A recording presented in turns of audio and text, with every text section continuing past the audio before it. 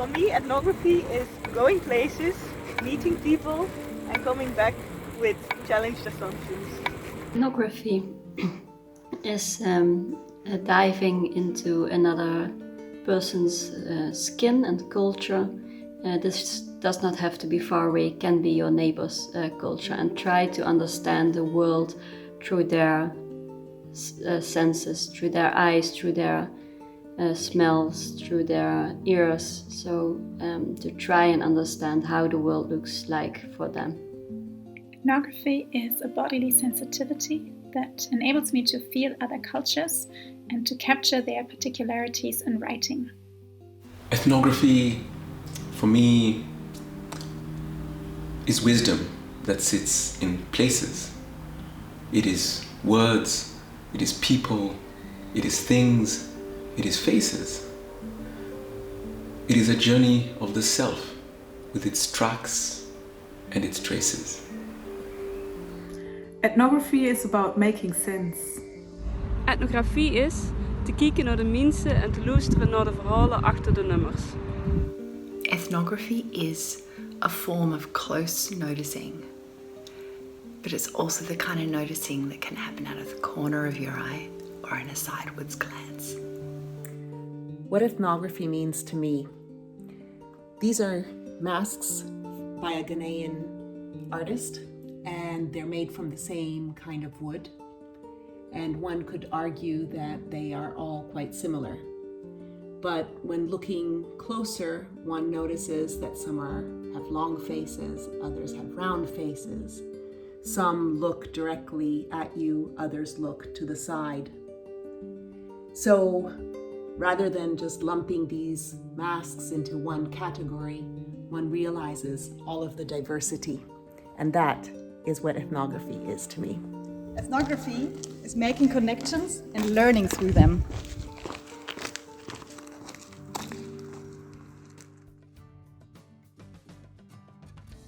We are the founders of the Maastricht University Ethnography Group, and you've just heard from some of our members about what the method of ethnography means to them.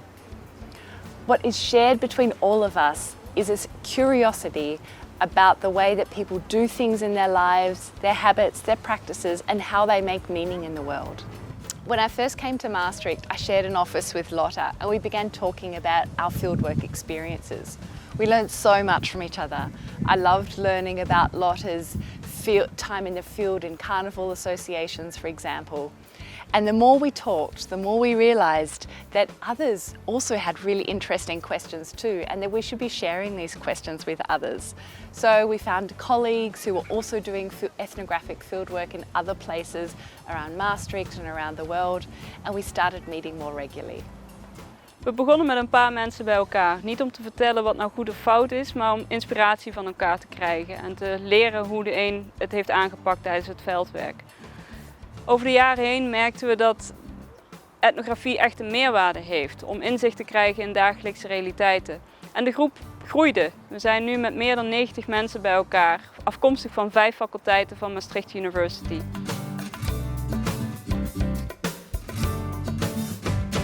Team ethnography is a collaborative manner to gain research insights. It allowed us to study similar phenomena, not only in different field sites, but also through the eyes of different researchers. And this is useful because every researcher approaches data collection and interpretation a little differently depending on her own personal biography. And in team ethnography, these different perspectives then form the basis for discussion and ultimately also for a more nuanced understanding of research phenomena. Team ethnography allowed us to explore mobilities and linkages between our field sites, and also opened space to critically look at how our personal biography informed the whole research process. Usually, researchers are seen as an insider or outsider in terms of their race or ethnicity. Team ethnography provides an opportunity for reflexivity, to learn about each other's knowledge and position in the field, and to add more complexity and richness to ethnography.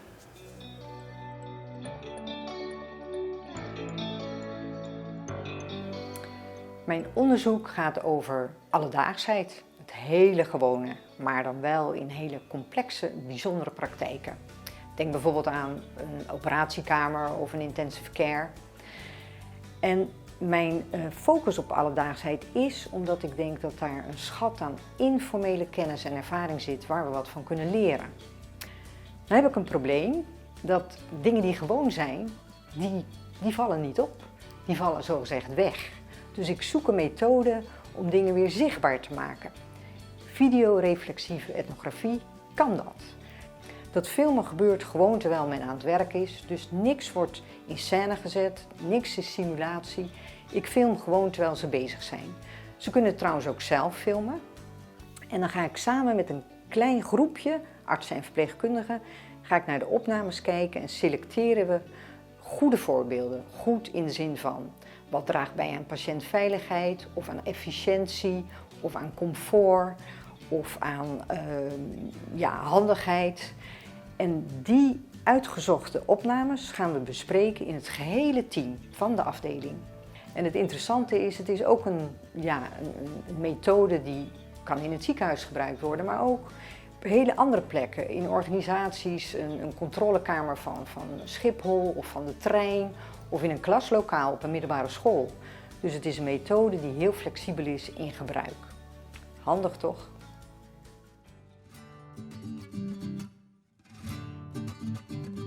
Our work focuses on the development of health technologies that are tailored for the context into which they're being put to use. So this can range from malaria diagnostic technologies in healthcare systems to non-polluting cooking stoves inside of people's homes.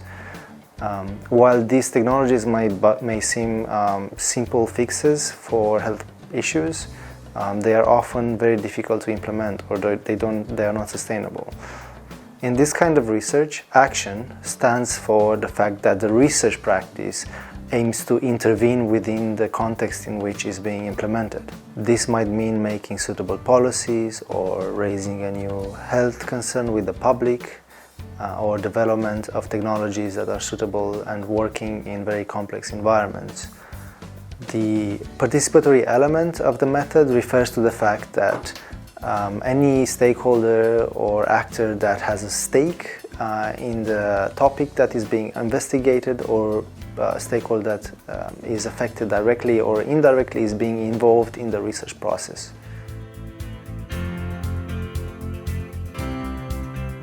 I'm a laboratory ethnographer, and I study how researchers, especially from the neurosciences, go about their everyday scientific work. I'm particularly interested in how collaborations between ethnographers like myself and natural scientists can help us better understand and contribute to the social responsiveness of scientific practices. I work with socio-technical integration research, which we also call the STEER method. The STEER method structures interdisciplinary collaborations whose aim it is to support scientists in anticipating and responding to the societal dimensions of their work. As a laboratory ethnographer working with the STEER method, I interact with natural scientists on a regular basis in a laboratory space. These interactions are structured by the STEER decision protocol.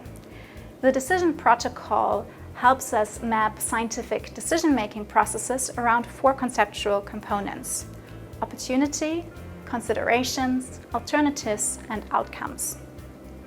By following the STEER decision protocol, both the natural scientist and I myself, we enter unfamiliar terrains. I need to learn quickly about scientific models, methods, and techniques, while the natural scientist may be confronted with questions about society, the future, and ethics, which may be out of her comfort zone. In this way, STEER stimulates a mutual learning process. Ons onderzoek wordt gedaan met lokale gemeenschappen, zoals kinderen op een kinderdagverblijf in Limburg, online gamers en hackers. En het wordt over de hele wereld gedaan, in Senegal, Australië en India. We make all kinds of things from our research. We write books, we make films, podcasts. But our research is not only about researching about people, it means working with people too. So we run workshops and do other kinds of events with those that we study. So has this video made you more curious about ethnography? Get in touch with us, we'd love to hear from you.